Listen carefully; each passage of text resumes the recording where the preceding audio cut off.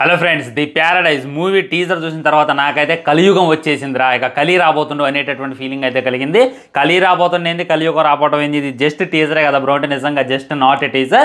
చాలా డెప్త్ ఉందన్నమాట దీంట్లో. టీజర్లో డెప్త్ లేదు, మన ఆలోచనలో కూడా చాలా డెప్త్ ఉంది. ఒకప్పుడు ఎలా ఉండేది, ఇప్పుడు ఎలా ఉండేది సమాజం అనేటటువంటిది జాగ్రత్తగా అండ్ ఈ టీజర్లో డైరెక్టర్ మనకి చెప్పదలుచుకుంది ఏంటి అనేటటువంటి క్లారిటీగా క్లుప్తంగా ఈరోజు ఈ వీడియోలో మాట్లాడుకునేటటువంటి ప్రయత్నం చేద్దాం. ముందు ఏంటంటే ట్రోల్స్ ఆపండి. నేను మార్నింగ్ నుండి మీమ్స్ చూస్తున్నా, ట్రోల్స్ చూస్తున్నా. ప్రతి ఒక్కళ్ళు కూడా వెళ్ళడం, ప్యారడైజ్ని తిట్టడం, నాని తిట్టడం, ఏంది లంజా కొడుకు గోలేదని చెప్పి ప్రతి ఒక్కళ్ళు కూడా కామెంట్ చేస్తున్నారు. వాటన్నిటికంటే ముందు వీళ్ళు ముందే మనకి డిస్క్లైమర్ అయితే ఇచ్చారనమాట. పచ్చి నిజం అనేటటువంటిది చెప్పారు, పచ్చిబూతలో ఉన్నాయి అనేటటువంటి చెప్పారు అనమాట. అంటే రా ట్రూత్ ఉంటుంది, రా లాంగ్వేజ్ ఉంటుంది, మీరు ఇష్టమైతేనే చూడండి లేకపోతే లేదు అని చెప్పి స్టార్టింగ్లోనే చెప్పారు. దాని కాన్సెప్ట్ మీద ఈ సినిమానంతా ముందుకు తీసుకెళ్లేటటువంటి ప్రయత్నం చేస్తున్నారు అనమాట. స్టోరీ లైన్ అనేటటువంటిది సెకండరీ, కానీ చాలా పచ్చి నిజం ఉంటుందంట. పచ్చి నిజం అంటే ఏంది, మనకు చూపించింది జస్ట్ పచ్చిబూతులే. పచ్చి నిజం అంటే చాలా డెప్త్ ఉంటుంది. ఆ డెప్త్ ఏంటి అనేటటువంటిది మీకు ముందు చూస్తే అర్థమైతే పచ్చిబూతులు అనేటటువంటి మనకైతే క్లియర్ అండ్ క్లుప్తంగా అర్థమైపోయింది. సో కలి రాబోతుంది ఏంది, కలియుగం రాబోతుంది అని చెప్పి చాలా మంది కామెంట్ చేస్తున్నారు కదా. ఒకప్పుడు విలన్ని తిట్టేవాళ్ళు అనమాట. ఉదాహరణకి రంగస్థలం సినిమా చూసుకున్నట్లయితే అందులో మహేష్ అంటాడు అనమాట, ఏం జరిగిందిరా చెప్పపోతే సంపేస్తారా యాదవ్ అని చెప్పి సిట్టుబాబు వార్నింగ్ ఇవ్వడంతో ఆ లంజా కొడుకు అని చెప్పి ఎమోషనల్గా చెప్తాడు. ఒకప్పుడు విలన్ని తిట్టడం, ఆ ఎమోషన్ అంతేనే మనకి ఇదేదనమాట. వామ్మ లంజా కొడుకుని పోయి కొట్టు చిట్టుబాబు అని చెప్పి మనకు అనిపించేది. ఈ విధంగా ఒకప్పుడు ఈ హీరోలైనా వేరే వాళ్ళైనా విలన్ని తిట్టేవాళ్ళు. అంతేందుకు మన గోపిచంద్ సిటీమార్ అనేటటువంటి సినిమా ఉంటుంది. ఆ టైంలో ఏం జరిగింది అంటే అక్కడ ఉన్నటువంటి ఆడపిల్లగాల్ని కిడ్నాప్ చేసి విలన్ తీసుకెళ్తాడు. తమన్నా వచ్చే లంజా కొడుకు అంటది అనమాట. ఈ విధంగా ఒకప్పుడు విలన్ని తిట్టడం, విలన్ని తిట్టించడం, హీరోయిన్లతో తిట్టడం, కామెడీలతో తిట్టడం మనకి జై ఎమోషన్ అనమాట. బాలయ్య బాబు గారు అంటాడు అనమాట, మీ కొడుకు చేస్తుంది తప్పు, దాన్ని తగ్గించండి అంటాడు. రే నువ్వెవడు రా నా కొడుకు తప్పు చేయడం చెప్పి గల్లా పట్టుకుంటాడు. సారీ ఇలా మాట్లాడుకుంటాడు, లంజా కొడుకు చెప్పి అంటాడు. ఈ విధంగా ఒకప్పుడు హీరోలు విలన్ని తిడుతుంటే మనం విజిల్ వేసేవాళ్ళం. కానీ వచ్చేసింది అబ్బా కలియుగం, హీరోలనే తిడుతున్నారు, హీరోలనే తిట్టుకుంటున్నారు. అర్థం కాలేదా? లియో మూవీ చూడండి, ట్రైలర్లోనే మనకైతే డిస్కషన్ చేసిండు. ఎవడో ఒకడు లంజా కొడుకు గడు నాలాగుండని చెప్పి ప్రతివాడు నా ప్రాణం తీస్తే ఎలా అని చెప్పి పార్దే తనే తిట్టుకుంటాడు. తనే లియో, తనే పర్థం చెప్పి అందరికీ తెలుసు, కానీ తనే తిట్టుకుంటాడు అనమాట. అక్కడే ఈడేంద్ర బాబు ఈ నేను అనుకుంటానని చెప్పి నేనైతే ఇదే అనుకున్నాను అనమాట. అది అయిపోయింది అనమాట. అది అయిపోయిన నెక్స్ట్ మినిటే ఈ టీజర్ అయితే వచ్చింది. భయ్యా తిడితే ఏమనుకో ఓకే, విలన్ తిట్టిండు అనుకుంటే యాక్సెప్ట్ చేద్దాం, హీరోయిన్ తిట్టింది అంటే యాక్సెప్ట్ చేద్దాం. హీరోనే ఆ మాటని ఎలివేట్ చేసుకుంటాడు అనమాట. ఒకప్పుడు అనిరుద్ధ్ మంచిగా బీజిఎం తీసుకొని మంచిగా టీజర్స్తో వస్తుందంటే, ఉదాహరణకి జైలర్ 2 వచ్చింది. జైలర్ 2 అసలు మ్యూజిక్ పడగానే ఆ ప్రోమో రాగానే ఇంకా ప్రతి ఒక్కళ్ళు కూడా వాళ్ళ హీరోస్ పెట్టుకొని ఎడిటింగ్ చేయడం మొదలు పెట్టేవాళ్ళు. కానీ ఇది ప్యారడైజ్ వచ్చిన తర్వాత ఒక్కడు కూడా వాళ్ళ ఫేవరెట్ హీరోని పెట్టి ఎడిటింగ్ చేయలేకపోతున్నారు. ఎందుకంటే ఆ ఒకే ఒక్క పదం అనమాట. ఈ విధంగా హీరోల్ని తిట్టుకోవడం మొదలుపెట్టారు, హీరోల్ని బూతులు అనిపించుకుంటున్నారు అనేటటువంటిది క్లారిటీగా అర్థమవుతుంది. దీన్ని బట్టి నాకు అర్థమైంది ఒకటే, కలియుగం అయితే వచ్చేసింది అబ్బాయి. ఇక కలి అయితే రాబోతుండో. మొన్న సముద్రం నుండి ఏందో చేపలు బయటకు వచ్చినాయి, తిమింగళాలు రోడ్డు మీద వచ్చి కొట్టుకుంటున్నాయి, కావేళ్ళని రోడ్డు మీద పొరలాడుతున్నాయి, సముద్రం గట్లుగా ప్రయాణిస్తుందంటే నేను నమ్మలే. ఇదంతా ఏదో సముద్రంలో దేవరం ఇదంతా చెప్పిస్తారని చెప్పి నేనైతే అనుకోలే. కానీ ఇప్పుడైతే నిజంగానే అనిపిస్తుంది. ఇక ఫ్యూచర్లో చూడండి, ఒకప్పుడు కన్నా ముందు లిప్ కిస్ అనేటటువంటిది అసలు తెలుగు సినిమాలో ఉండదు. ఒక హీరోయిన్ ఇలా తల తిప్పుకొని ఇక అదే అనుకోవటం, ముద్దు పెట్టేసుకుని చెప్పి మనమైతే అనుకోవటం. కానీ వన్స్ అర్జున్ రెడ్డి వచ్చిన తర్వాత కామన్ అయిపోయింది అనమాట. ఇప్పుడు ఏ సినిమాలో అయినా సరే అది లేకుండా అయితే సినిమా నడవదు అనేటటువంటిది రియాలిటీ. బెడ్ సీన్లు కూడా మన సందీప్ రెడ్డి వంగ అయితే మనకి కామన్ చేసి చూపించేసిండు.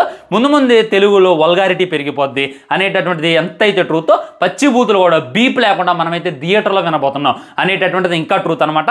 ఈ సీతమ్మ వాకిట్లో సినిమాల చెట్టు కాలం అయితే పోయింది, ఇప్పుడంతా కూడా ది ప్యారడైజ్ కాలం అని చెప్పి గుర్తుపెట్టుకోండి. అవును, ఇక మీదట ట్రెండ్ అయితే సెట్ అయిపోతుంది. ఒక ట్రెండ్ని అయితే మార్చబోతుండో.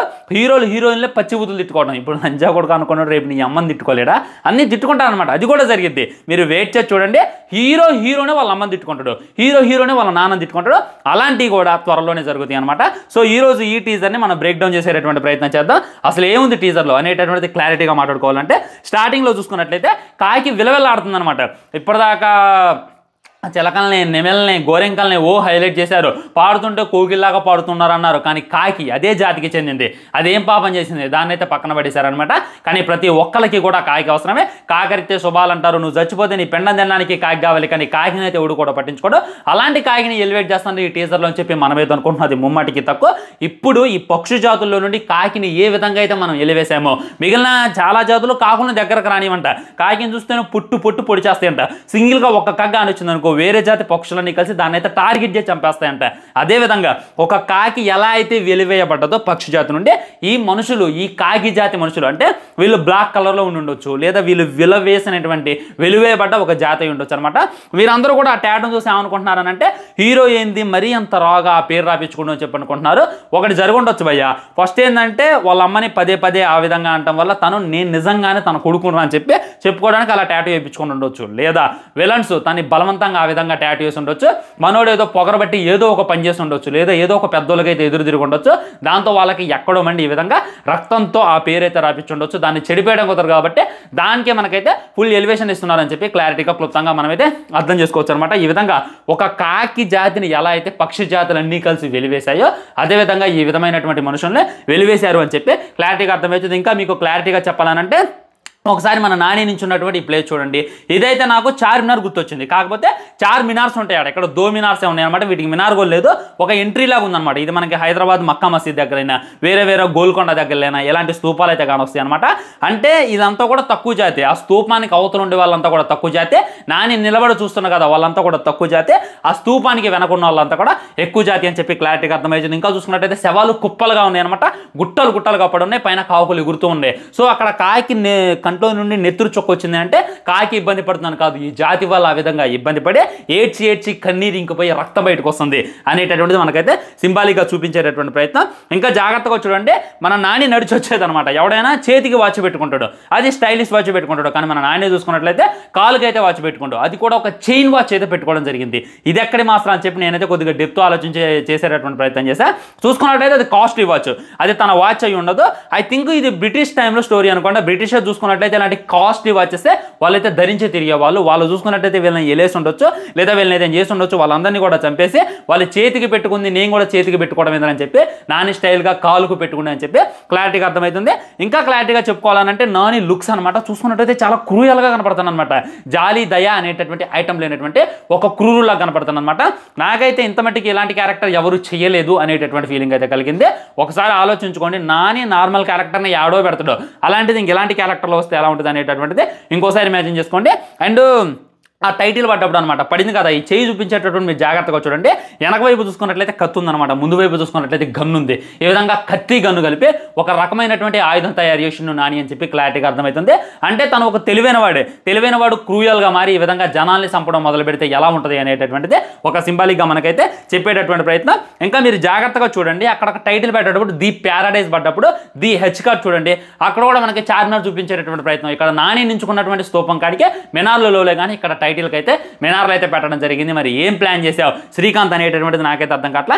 ఇంకా చాలా అంటే చాలా డీటెయిల్స్ ఉన్నాయి అనమాట. చాలా డిఫరెంట్ స్టోరీతో అయితే మన ముందు పెట్టేటటువంటి ప్రయత్నం చేస్తుంటే ఒక ట్రెండ్ అయితే ఖచ్చితంగా ఈ సినిమా క్రియేట్ చేస్తుంది అనేటటువంటి దాంట్లో చెప్పడానికి డౌటే లేదు. దీని మీద మీ కామెంట్ కూడా తప్పకుండా కింద తెలియజేసేటటువంటి ప్రయత్నం చేయండి. నాకైతే మీరు ట్రోల్స్ ఆపేయండి, ముందు ఒక కొత్తగా ప్రయత్నం చేసేటటువంటి ప్రయత్నం చేస్తున్నారనమాట. ఇది చెడగొట్టినట్టే. ఒకప్పుడు మాత చోత్ అనేటటువంటిది మన సందీప్ రెడ్డి వంగ ఇన్వైట్ చేసినప్పుడు ప్రతి ఒక్కళ్ళు కూడా సలాం కొట్టాం. మాత చోత్ అంటే అంత పెద్ద బూతి మాట, అది దానికి మనం అంతా కూడా యాక్సెప్ట్ చేసాం. దానికి మించినటువంటి బూతి మాట ఇది కాదు. కాకపోతే ఇదేంటంటే తెలుగులో ఉంది, అదేంటంటే హిందీలో ఉండేదన్నమాట.